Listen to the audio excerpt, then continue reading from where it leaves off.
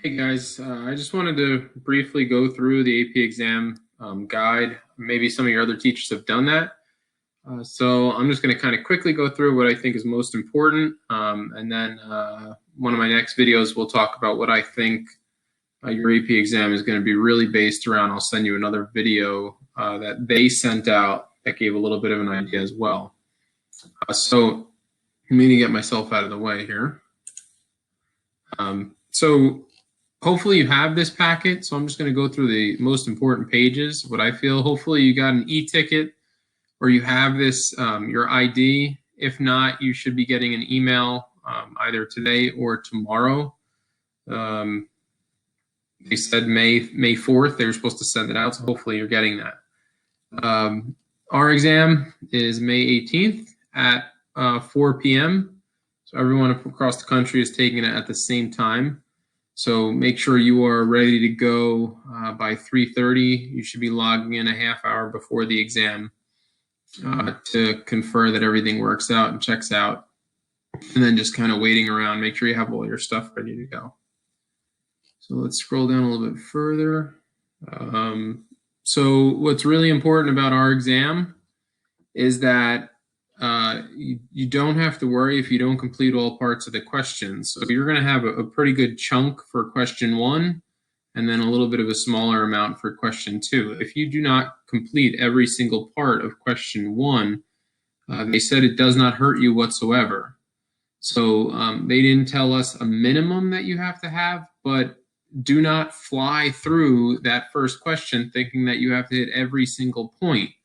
You want to make sure that you're thorough enough in your answer, which usually doesn't have to be that long, but you want to make sure you're putting down your right answers and not thinking about getting on to the next question. So just keep that in mind. That's right here at this bullet. Okay. Let's kind of scroll through here. There's 3 ways that you can kind of answer your questions. One is you type. They said they don't want you to type on their page, so you should have two things open. You'll have the exam, and then you'll have either a Microsoft Word document or your Google Docs open. And then they said at the end, what you can do is copy and paste it into their box. That's option 1. Option 2 is where you submit your entire page. Now, what you want to do is no matter what method you're using, you want to set it up where you have your identification and your initials at the top of each page. So whether you want to do it on your own and set it up that way, or if you want to set it up as like a header, that's fine as well. But on that first page, I would type it in.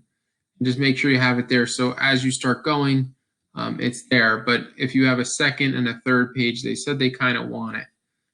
So just maybe setting up a header would be best. My only concern is when you copy, or if you're sending in this way, then you're totally fine. The next thing you want to make sure you know how to do is download that and then attach it as a file. So what I'll do really fast for those that don't know. So let's say we're working with the Google Doc, which I think is your easiest way. Once you type on here, so you have your ID and you have your initials, right? And you go throughout your whole exam, on and on you go. You're going to go to File and you're going to hit Download. Your best thing is to download it as a PDF. That usually goes through the easiest. You can download it as a Word document, but PDF would be easiest. So if you click on that, for most of you, you should see it show up down here once that downloads. So there was my practice. That's this one that just downloaded. And then you could take that and you could just drag that into their exam portal. Okay, that's probably the best. And if you have problems with that, please let me know. Okay, the last one is a handwritten response that you would be using your phone for.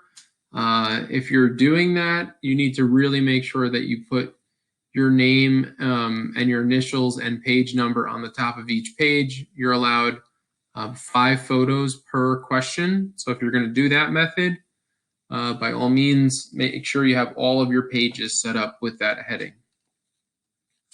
I personally think the Google Doc is the way to go because it's the easiest, and if you're good at typing, you can kind of type through it very quickly. I'm going to keep going to 21, page 21. Events will happen, they say. So if something were to happen, you will be able to take the makeup. Okay. So here's our stuff you want to do before exam day. Review your contact info. Make sure your computer works, which tomorrow, May 4th, there is a trial that you should be doing to make sure that you're able to access and submit. So that's step 3, practice submitting your response. You should be getting a link for that. I don't have that link, so you should be getting something. Check your email. Make sure you're getting those emails. Gather what you have for your email for your exam, so you guys can use notes. You can use anything we have from class, and then make sure you have your e-ticket. All right, let's scroll down to 27. Oops. Okay, so what you need, we kind of just went through that. You want to make sure that your browser is either Chrome, Firefox, Safari, or Edge. They were saying some other ones don't work, but Chrome is recommended. So if you have Chrome, that's what I would use if I were you. Make sure that that's what you're using to bring up your stuff. We don't need anything for exam day. We don't have any fancy formula sheets or anything like that, so we're fine there. Go down to page 35 for exam day. So this is us on the right-hand side. 2 questions. You will have for question 1, it will appear at 4 o'clock. You'll have 25 minutes to answer that question. And then you will have 5 minutes to submit your response.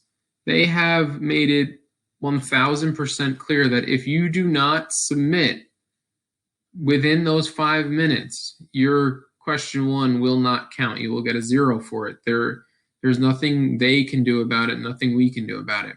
So you should focus on, okay, 25 minutes to answer the question, and then you're going to turn your answers into a PDF, or you're going to copy and paste it into there.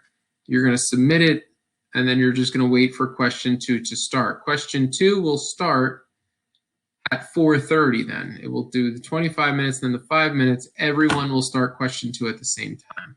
Okay. They did say that if within those 5 minutes, if you do submit it and it's taking a while for it to submit through, just let it happen. Do not try to refresh your page. They will get it on their end at some point. They said even if it's, you got something spinning on your screen, it will calculate that you did hit submit within those first 30 minutes. So that's not a problem. Make sure that is true. And you move on to question 2. You have 15 minutes and then another 5 minutes. That's a total of 20 minutes to submit your response. Once again, you need to make sure that you hit that submission button within those 5 minutes, or else you will get no credit. We do not have music theory or world language to worry about. Make sure you have a good testing environment. Make sure you have no distractions. Exam security, you've probably gotten emails on this. They have, so they say, many different ways and means of sophisticated technologies to detect cheating and anything that would give you the upper hand other than your notes. So my suggestion is you shouldn't be doing this to begin with in school, so this gives you no reason to even try it. Now, they will follow things online. They're going to be checking for portals that students create to try to share stuff. They said they may even throw content out there to confuse and deter cheating. I'm not a tech wizard, so I don't know what they could do, but they could probably do it. So make sure you have that. And also teachers will be able to see this too. So not that I plan on scrutinizing all of your work, but we are asked to read through it and make sure that it seems like it is your work. So anyone that is having someone else take the exam for them, It is our duty and responsibility to ensure that it is your work. For page 40, check into your exam 30 minutes ahead of time. Like I said, enter your ID, and then you will just wait. It will give you a countdown until it starts. When you answer your questions, like we've been working on in class, make sure you kind of letter them. If you letter them, it makes it so much easier for them to follow through.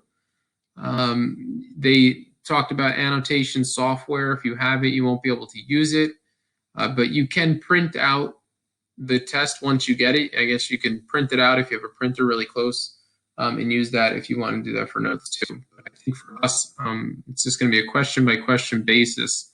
So part A, B, C, D, I think you'll be able to answer them as you move through it.